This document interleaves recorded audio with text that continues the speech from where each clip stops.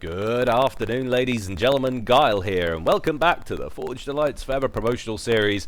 And I know, no cast yesterday. Apologies, and on a Monday as well. How could I do that to you? Terrible. It's disgusting. I feel like I spent my life apologizing, but as well as I should, because it must have been about 3 months since I got a full week of cast in. So I will get it sorted, and I say that a lot too, but I will, I promise.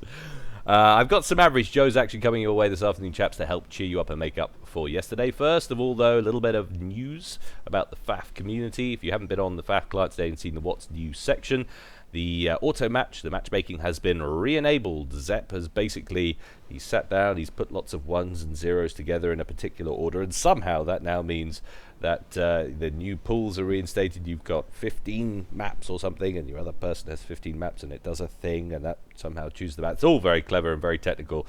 Here at Gylecast, we do our research, as you can tell, but the long and short of it is all now working, so you can get your auto matches online and get playing again. How very exciting. Anyway, on to today's game.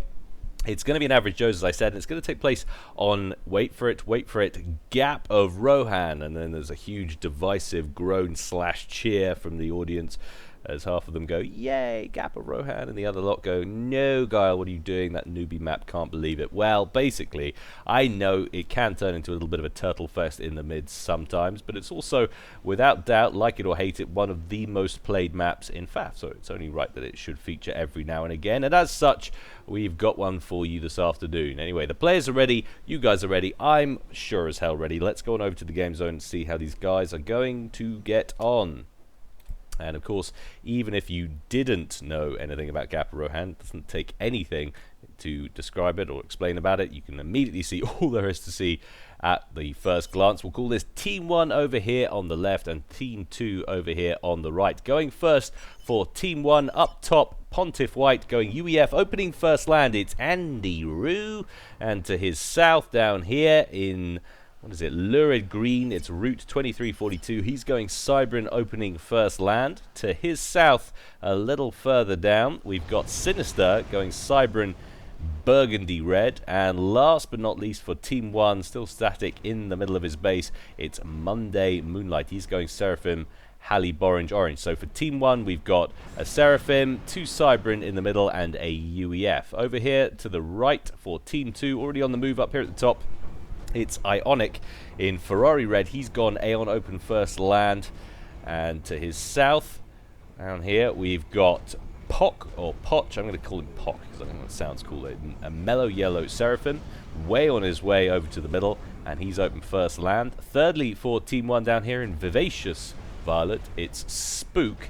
He's opening first land going Cybrin. And last but not least, way down here in Elephantine Grey, it's Brink O Insanity going UEF, opening first land. So that is the way things shape up. And Team 2 overall, we've got an Aeon, Seraphim, Cybrin, UEF. So Team 2 featuring all the races, and nearly all the races, but 2 Cybrin in the middle. And what is it? No Aeon. Yeah, no Aeon for Team 1. So that's how things stack up. Taking a look, though, at the advance towards the middle. And of course, as you'd expect, just by looking at this map, you need to get in here and secure it. That's going to give you a huge advantage for your team. It looks like a more cohesive and steady advance from Team 2. Monday Moonlight holding up the pack a little bit with his ACU a little bit further back from his teammates. But you can see how early you actually have to go. He was only in there to build Mexes and 1 P-Gen. It really wasn't a lot, and yet still he's going to be last at the middle, I suspect. Everyone else going to get there just a little bit before him, and not just for map control purposes and wanting to grab the initiative in the middle. There's also a decent chunk of mass in terms of reclaim to get your hands on. Lots of Harbinger Rex and lots of what look like general assorted T2 Aeon Rex. I don't know, on a postcard, if you know better than me what these are around here. They almost look like obsidians, but I can't tell you right off the bat. My knowledge of Rex isn't what it should be. We've got some loyalists kicking about in here, and then probably some UEF T1. So assorted factional Rex in the middle. Pock going to get his hands on the first bit of reclaim as he marches in there. Spook, and Sinister going to open up on one another and then proceed to grab as much mass as they can. We'll take a look at the end of this early engagement to see which team actually makes out a little bit better. But you can see it will be a slight advantage for Team 2, I think. All 4 of their ACUs in the middle, only 3 for Team 1. Monday Moonlight still a little ways out, but it's all going to come down to who's primaried and how often. You can take a look at how things work a little bit better. If we go like that, that will show the ACUs in team color a little bit better. Sinister down into the yellow already. Root and Andy Root looking okay. 2v1 against Ionic. Commander under attack. And then Monday Moonlight turns up towards the end of the opening phase, and Pock and Spook going to 2v1 him. So we'll take a look at the mass reclaim in a second once the initial exchanges subside, and once we can see who actually is going to end up with control in the middle. Ionic down to around 6,800 HP. Pock into the yellow as well, 7,600. Ionic definitely be a little bit careful here. Taking a decent amount of time. He's going to back up with the rest of these teams. So it actually looks like we're getting a bit of a divide here. Monday Moonlight and Sinister backing up already. Andy Rue going to back up as well. Brinko and Santi is the first to initiate the construction phase in the middle. Immediately throws together the wall sections and is going to get some assistance from Pock and Ionic, both throwing HP slap bang on top of that plasma cannon, and Route 2342 is going to have to yield all by his lonesome. He's going to have to back up on that one. So it looks like potentially Team 2 might have the advantage, at least for the moment, in the middle. Of course, that can change with time. Spook going to throw an upgrade on his ACU. Andy Root, Monday Moonlight, Sinister, Root, all backing out for Team 1. Sinister going to throw some T1 static anti-air together a little bit further back, and in comes a Jester actually from Sinister, going straight after Ionic, the most heavily damaged ACU for Team 2. He's going to assist Brinko Insanity on that railgun, and as a result, Sinister's not going to hang about with that Jester. He's going to go hunting for engineers, and he finds 2 belonging to Spook hanging out by this mass extractor. It's where all the cool kids are going now, but apparently very dangerous indeed. Both of those bite the dust. To be able to take out this mass extractor as well. In comes an interceptor from Pock.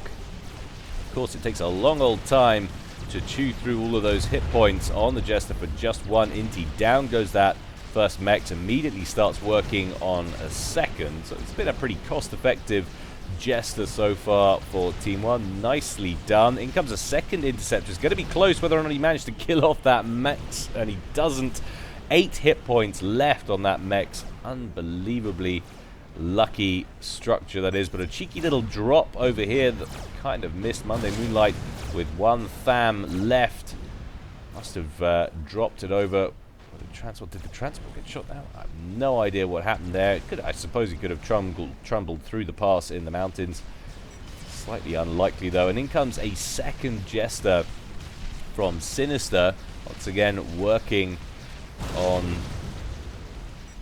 mass pumps that are vulnerable forward ones there for Brinko and Santi. In come those inties once again, responsible for dispatching the first Jester. I imagine they're going to be able to knock him out of the sky without, I was going to say without another one going down, but apparently that's not the case. 2 mechs is down again for Team 2. Of course, it won't take him too long to replenish those losses. Ionic getting a little bit of repair there from his teammate Brink, who's just standing on top of his hill, master of all he surveys. He's got his little point defense there, and he's just going to chill and watch the enemies. Looks like Route 2342 is going to get a little bit cute. He's going to come forward and test the water, or not. You're just trying to range that plasma cannon and get an idea of how far away it is. And cheeky little bit of BM from Route 2342, demonstrating all the poise and the sophistication of a decomposing cabbage.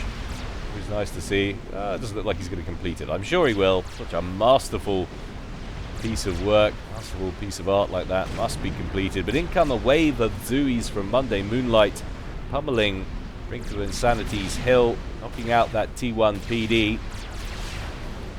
And we're So Sanity comes forward to dispatch them. Just be a little bit careful. Monday Moonlight's got some T2 PD in place further back, and is actually working on a forward shield generator. And taking a look at who's established around this central area, we have got Spook back here. He's managed to erect a small fire base. At least he's got the shield in place and is working on the Cerberus turret. That's definitely something that's going to stop any units streaming through and breaking into the back lines. However, it's not going to help them with securing the middle. So strangely, after that opening, it looks like Team 1 might be able to assert some control directly on the middle.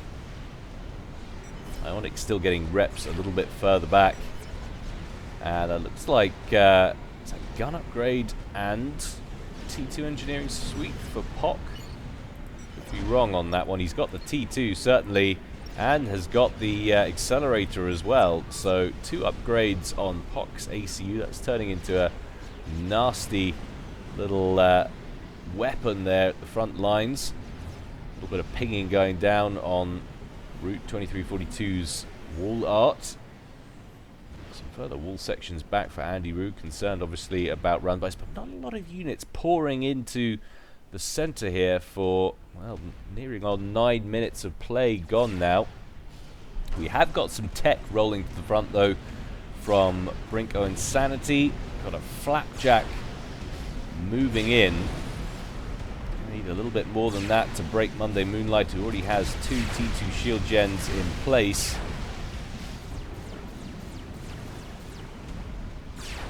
How is that looking for Team 2 on intel-wise? Well, not too well at all. I suppose they've got the middle covered, but somehow not able to continuously fire on that. That might be the brow of the hill that I think is actually leveled off because of the structure that was placed, the shield gen, and that's actually been what's responsible for blocking the fire from those T2 PDs. But down goes Monday Moonlight's shield, and it's actually not through any incoming fire at all. He's having power problems, needs to get that sorted ASAP, otherwise this Flapjack's going to have an easy ride. He's going straight after the units of PD up at the front, but probably do with taking out the shield gens first. Of course, he's not going to be privy to the information that we are.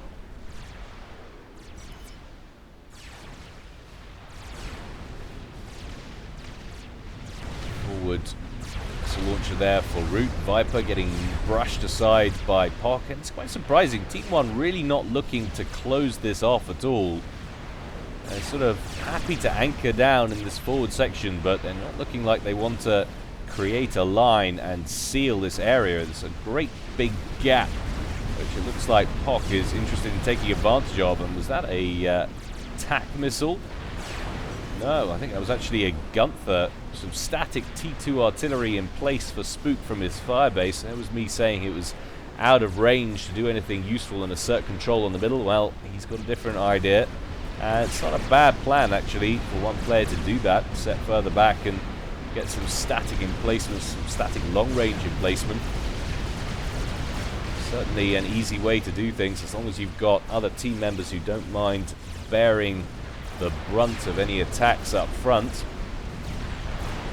In terms of actual defense, apart from Spook down here, there's not a lot in terms of static in place for Team 2, and yet somehow Team 1 seem to be the people under fire, not coming through with the odd T1 piece of artillery there.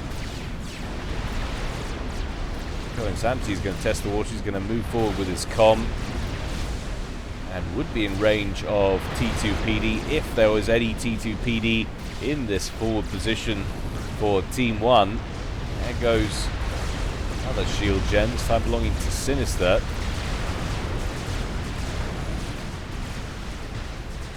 Wave of inties overhead from Ionic.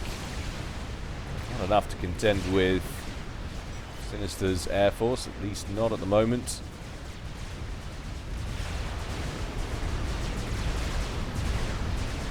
Probably afford to bump this to +1, but Brinko and Santi is going to start throwing together T1 PD. And Monday Moonlight could use Sinister's assistance here in repelling it, otherwise they could potentially lose this forward position. There is no point defense in this area at all. And don't forget there's a T2 power generator, which for Joe's at minute 12 would be a nasty thing to lose.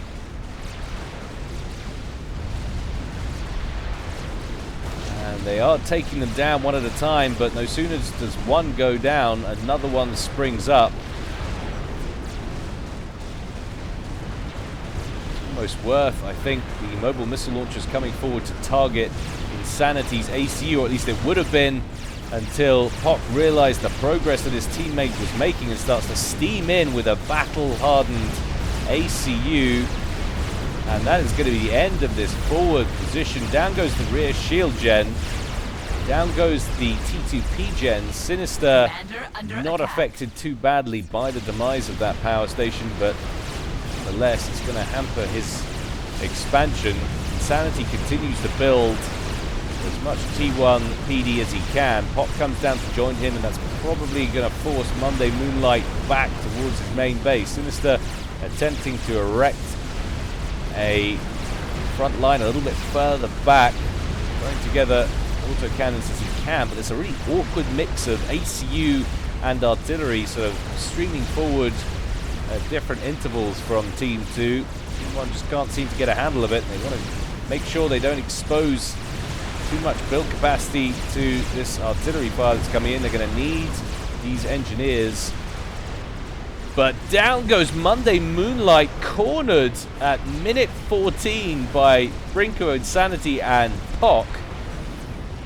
I'm very surprised at that. There was nothing really holding him back. He should have backed up further. Completely misread the situation there. Too much damage coming off Pock's ACU. And throw in another one there from Insanity. That is too much firepower for him to contend with. T1 take an early loss there. Less than a quarter of an hour into this game. And we've got T2 Air on the field for Ionic.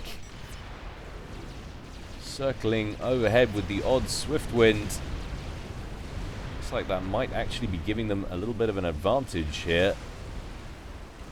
See Ionic sealed off the pass up top. Insanity not bothered at all, and he certainly won't be worried now that his mirror on this side has been destroyed. Oblivion turrets being thrown together up front.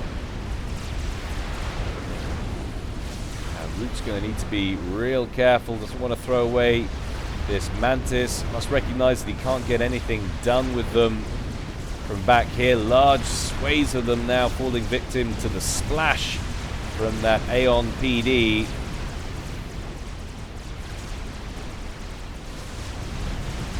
He's going to continue to press nonetheless.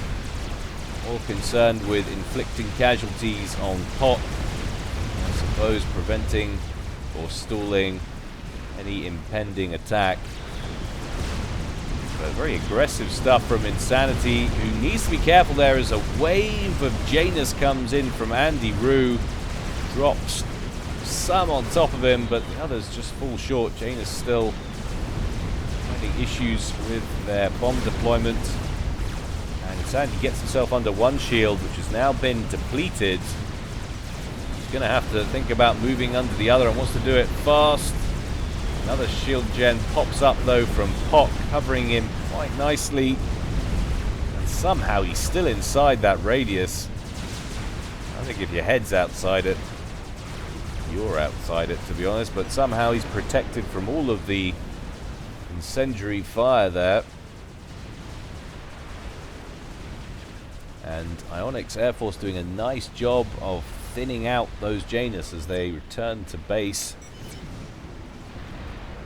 2342 stacking up Vipers here.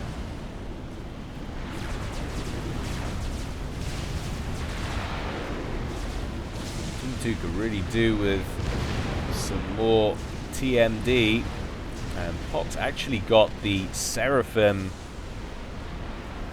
ACU TAC missile launcher in play. See how high they fly. Oh, but just about gets intercepted Team 2 going for a really heavy investment in ACU upgrades in the early side of this game. Working well for them so far. Monday Moonlight making his plays and getting killed for it. Up against superior odds, and now we've managed to force Team 1 back away from the middle. Got a nasty little defensive position in place. Andy Rue saying to his teammates he's going to start a Fat Boy. That would certainly break this position, although there with these ecos it's a little ways off. Ionic leading the pack at the moment, 151 mass per tick. Andy Rue 136 in second place. Spook coming up behind him on 133. That actually took a look at who did better on the early reclaim. Not going to be able to tell now, too much time has moved on, but Rinko Insanity has the T3 engineering suite and is now beginning to throw together Ravager after Ravager, which is going to cause great issues for the Cerberus turrets further back and any other structure in this locale.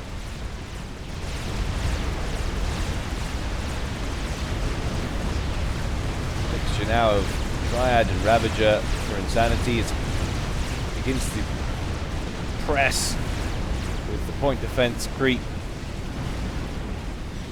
Pop making another run through with T1. And there is T3 on the field for Roots. Got Trebuchet that's going to back up in the face of this wave of T1.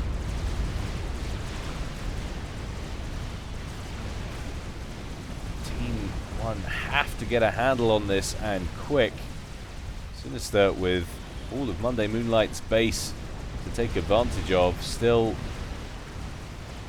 right near the bottom on income. Needs to get some upgrades going on all of those mexes. And that's a lot of Ravagers. And what Ionic drops. And that's not going to be good at all. He's sitting right in the middle of the field. Must have been either a user disconnect or a crash of some kind, but there he goes. Thankfully the death nuke, not what it once was, of course. And that's going to make life a little bit easier for Team 1. The top ecoing player for Team 2 dropping out. Rather suddenly at that. Andy Rue jumping to 190, and then Route 2342 jumping to 188, so dramatically leapfrogging ahead of Team 2 in terms of eco. Unfazed by the loss of a teammate up front. Insanity and Pock continuing their creep. Insanity just building Ravager after Ravager, and Pop following behind him with shield coverage. It's a nice little bit of teamwork there from these two. And they're starting to make their way towards the inner bowels of Root's base. The question is, though, can he complete this Soul Ripper in time? It's about to pass 50% complete, and it's moving up in good order as well. But a cheeky little drop from Spook. Harbingers. Are they Harbingers? Sorry, no, what I'm talking about, he's Cybran, so Loyalists at the back there has wiped out all of those core mexes from Monday Moonlight's old base.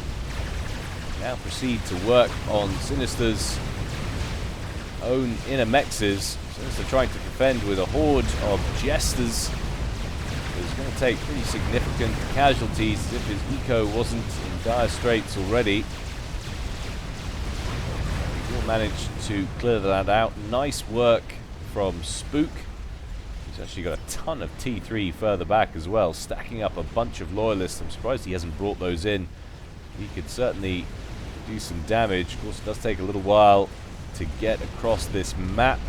Route 2342 has thrown together that gunship very quickly indeed, and that is nearly finished, approaching 80,000 of its 90,000 total. That Fat Boy that we heard about earlier is also nearly complete. 11,300 hit points in climbing, but another batch of Loyalists incoming from Spook, shredding their way through Andy Rue's engineers as they try and hurriedly construct a bank of T1 PD. Forward T2 mechs down, another forward T2 mechs down, but the Fat Boy is completed. And the Soul Ripper, more importantly, is completed as well. And that's going to be beelining straight for Insanity and Pooch's comm.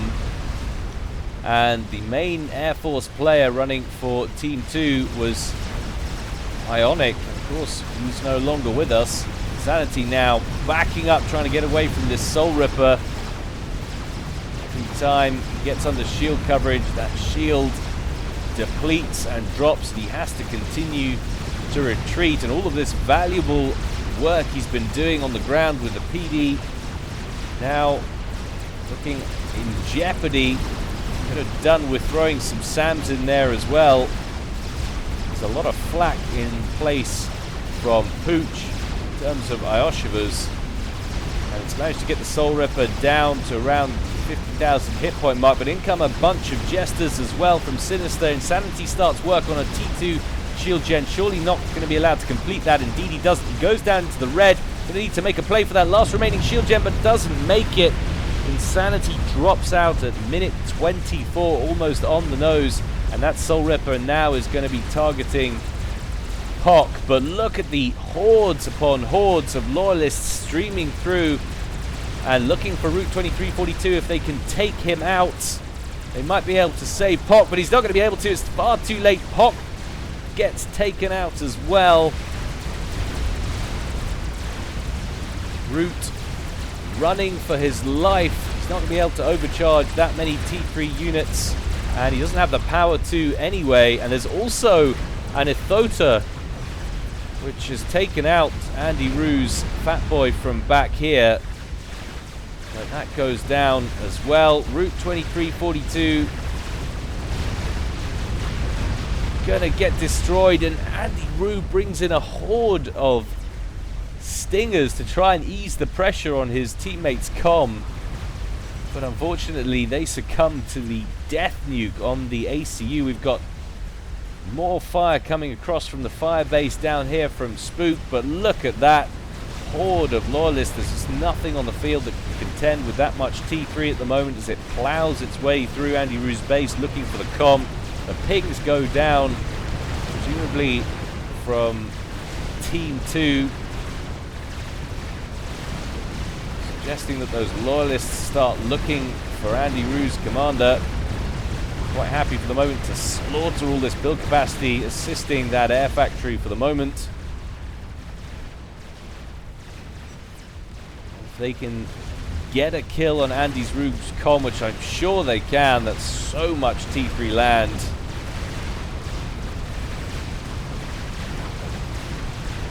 It'll be a 1v1, and Spook will have a significant advantage over Sinister.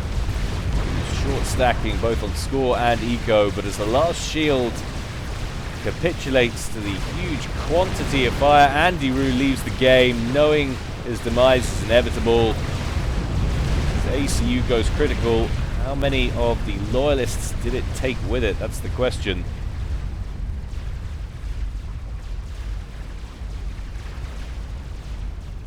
Not enough. I don't think. There's still a handful alive.